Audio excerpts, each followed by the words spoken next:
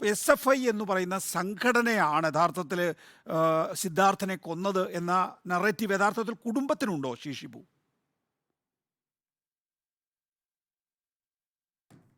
ഞങ്ങൾ അത്തരത്തിലല്ല പറഞ്ഞത്. ഞങ്ങൾ പറഞ്ഞുകൊണ്ടിരിക്കുന്നത് സിദ്ധാർത്ഥൻ അവിടെ കൊല ചെയ്യപ്പെട്ടു.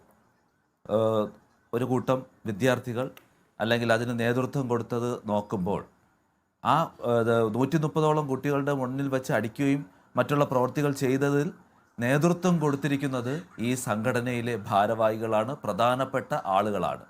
അപ്പോൾ ഈ സംഘടനയ്ക്ക് ഒരു ഒരു രാഷ്ട്രീയം, നമുക്ക് പ്രത്യേകിച്ച് ഒരു രാഷ്ട്രീയമില്ല. അപ്പോൾ ആ രാഷ്ട്രീയ മുതലെടുപ്പ് ഇവിടെ ഒരിക്കലും ചിന്തിക്കരുത്. ഇവിടെ ഒരു സംഘടനാ പ്രവർത്തനത്തിൻ്റെ രീതി മാത്രമാണ് ഞാൻ പറയുന്നത്. ഒരു സംഘടനാ നേതാവാകുമ്പോൾ അദ്ദേഹത്തിന് ഈ കുട്ടികളെ അല്ലെങ്കിൽ അദ്ദേഹത്തിൻ്റെ സംഘടനയുടെ തലപ്പത്ത് ആ ഷിബു പറഞ്ഞോളൂ. കോളേജിൻ്റെ സംഘടനാ പ്രവർത്തനത്തിന് നേതാക്കൾ പ്രതിനിധാനം ചെയ്യുമ്പോൾ അവരുടെ കീഴിൽ ധാരാളം അണികൾ ഉണ്ടായിരിക്കും. കുട്ടികൾ തന്നെയാണ് അവരുടെ അണികൾ എന്ന് പറയുന്നത്. ഈ കുട്ടികളെ അവർക്ക് കൺട്രോൾ ചെയ്യാൻ കഴിയാതെ അവരെ ഇഷ്ടത്തിന് വിടുകയും അവർക്ക് ഇഷ്ടമുള്ള പേക്കൂത്തുകൾ അവിടെ നടക്കുവാനും ഇവരോടൊപ്പം തന്നെ ഈ സംഘടനാ നേതാക്കൾ, പ്രധാനപ്പെട്ട നേതാക്കളും അവരോടൊപ്പം നിന്ന് ഈ കുട്ടിയെ ക്രൂരമായി മർദ്ദിച്ച് കൊലപ്പെടുത്തുന്നതിലേക്ക് നയിക്കുകയും ചെയ്യുന്ന രീതിയിൽ പ്രവർത്തിക്കുമ്പോൾ ഈ സംഘടനയാണ് അല്ലെങ്കിൽ സംഘടനാ നേതാക്കൾ പ്രതിനിധാനം ചെയ്യുന്ന അല്ലെങ്കിൽ അവരുടെ നേതൃത്വത്തിലെന്ന് പറയുമ്പോൾ അണ്ടർസ്റ്റുഡ് അല്ലേ? ഞങ്ങൾ പറയാതെ തന്നെ അത് വരുന്നില്ലേ സംഘടന?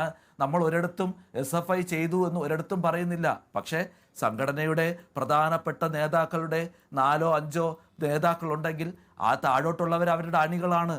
അപ്പോൾ നേതാക്കൾക്ക് ഈ അണികളോട് നിങ്ങൾ അങ്ങനെ ചെയ്യരുതേ, എന്തിനാണ് നിങ്ങൾ ചെയ്യുന്നത്, കാരണം ആ കുട്ടി ഇന്ന തെറ്റ് ചെയ്തെങ്കിൽ അത് ഞങ്ങൾ പറഞ്ഞ് മനസ്സിലാക്കും. അങ്ങനെ എന്തെങ്കിലും ഒരു ചെറിയ തെറ്റ് ചെയ്താൽ കോടതി വിധിച്ച് അവരെ അവിടെ നിന്ന് ഇല്ലാതാക്കുകയാണ് ചെയ്യുന്നത്. അപ്പം അത്തരത്തിലുള്ള പ്രവർത്തികൾ ഞങ്ങൾ ഒരിക്കലും സംഘടന എടുത്തു പറയാൻ, ഞങ്ങൾ രാഷ്ട്രീയക്കാരല്ല, ഞങ്ങൾ സാധാരണ ജനമാണ്, ഞങ്ങൾ പാവപ്പെട്ട ആളുകളാണ്, ഞങ്ങൾക്ക് രാഷ്ട്രീയമില്ല. പക്ഷേ ആ കോളേജിൽ നടന്നത് ഈ രാഷ്ട്രീയ നേതാക്കളുടെ, SFIയുടെ നേതാക്കളുടെ പ്രധാനപ്പെട്ട നേതാക്കളുടെ കൺട്രോളിലാണ് ഈ പ്രവർത്തികൾ നടന്നത്. അതുകൊണ്ട് ആ ഉത്തരവാദിത്വം അവർക്ക് വന്നു ചേരുകയാണ്. അതോടൊപ്പം തന്നെ കോളേജിലെ കാര്യം പറഞ്ഞത്, കോളേജിലെ പ്രവർത്തികൾ ഞങ്ങൾ പോയി കണ്ടപ്പോൾ ഞങ്ങൾക്ക് മനസ്സിലായത് അവിടെ ഒരു യൂണിയനേ ഉള്ളൂ.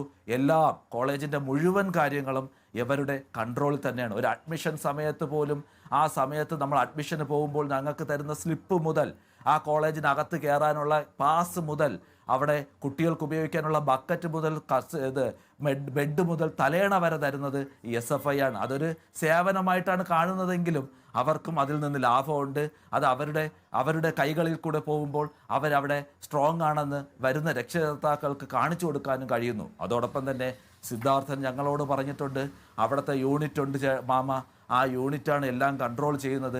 ഞങ്ങൾ എന്തെങ്കിലും തെറ്റ് ചെയ്താൽ നേതാക്കൾ കൂടിയിരുന്ന് അതിനൊരു ശിക്ഷ വിധിക്കും, അത് അവിടെ നടപ്പിലാക്കും, അടി കൊടുക്കും. അവന് കിട്ടിയിട്ടില്ല, എന്നാലും മറ്റുള്ളവർക്ക് ചെയ്യും. അതുകൊണ്ട് അവിടെ മറ്റുള്ള പ്രവൃത്തികളൊന്നും ചെയ്യാൻ കഴിയില്ല അവരെല്ലാവരും. അതോടൊപ്പം തന്നെ ഞങ്ങൾക്ക് ഈ വിവരങ്ങൾ നൽകിയ കുറച്ച് അധ്യാപകരുണ്ട് അവിടെ. അവരും പറയുന്നുണ്ട്, ഈ സംഘടനാ ശക്തിയിൽ ഞങ്ങൾക്ക് അവിടെ ഒന്നും ചെയ്യാൻ കഴിയില്ല, ഞങ്ങൾക്ക് പേടിയാണ്, നിങ്ങൾക്കുള്ള തെളിവ് ഞങ്ങൾക്ക് മറ്റുള്ള ഏജൻസികൾക്ക് കൊടുക്കണമെന്നുണ്ട്. പക്ഷേ ഞാൻ അത് പറഞ്ഞാൽ നാളെ ഞാൻ ഉണ്ടാവില്ല. അതുപോലെയാണ് 2-3 കുട്ടികൾ ഞങ്ങളെ ഫോണിൽ വിളിച്ചു. ആ കുട്ടികളും ഇതുവരെയും മൊഴി തരാൻ തയ്യാറല്ല, കാരണം അവർക്കും പേടിയാണ്. അപ്പോൾ ഞങ്ങൾ ഒരിടത്തും ഇങ്ങനെ പറയുന്നില്ല. എന്തുകൊണ്ടാണ് കുട്ടികൾക്ക് അങ്ങനെ തോന്നുന്നത് എന്ന് ഉണ്ടെങ്കിൽ അത് ആ കോളേജിൽ എന്തോ ഉണ്ട് ഉള്ളതാണ്.